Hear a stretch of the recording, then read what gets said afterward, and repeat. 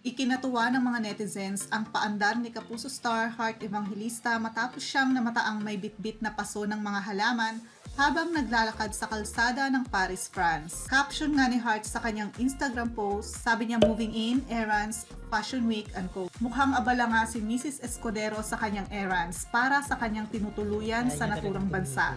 Nagkomento naman dito ang sikat na fashion designer na si Rahul Laurel at showbiz personality TV host na si Tim Yap.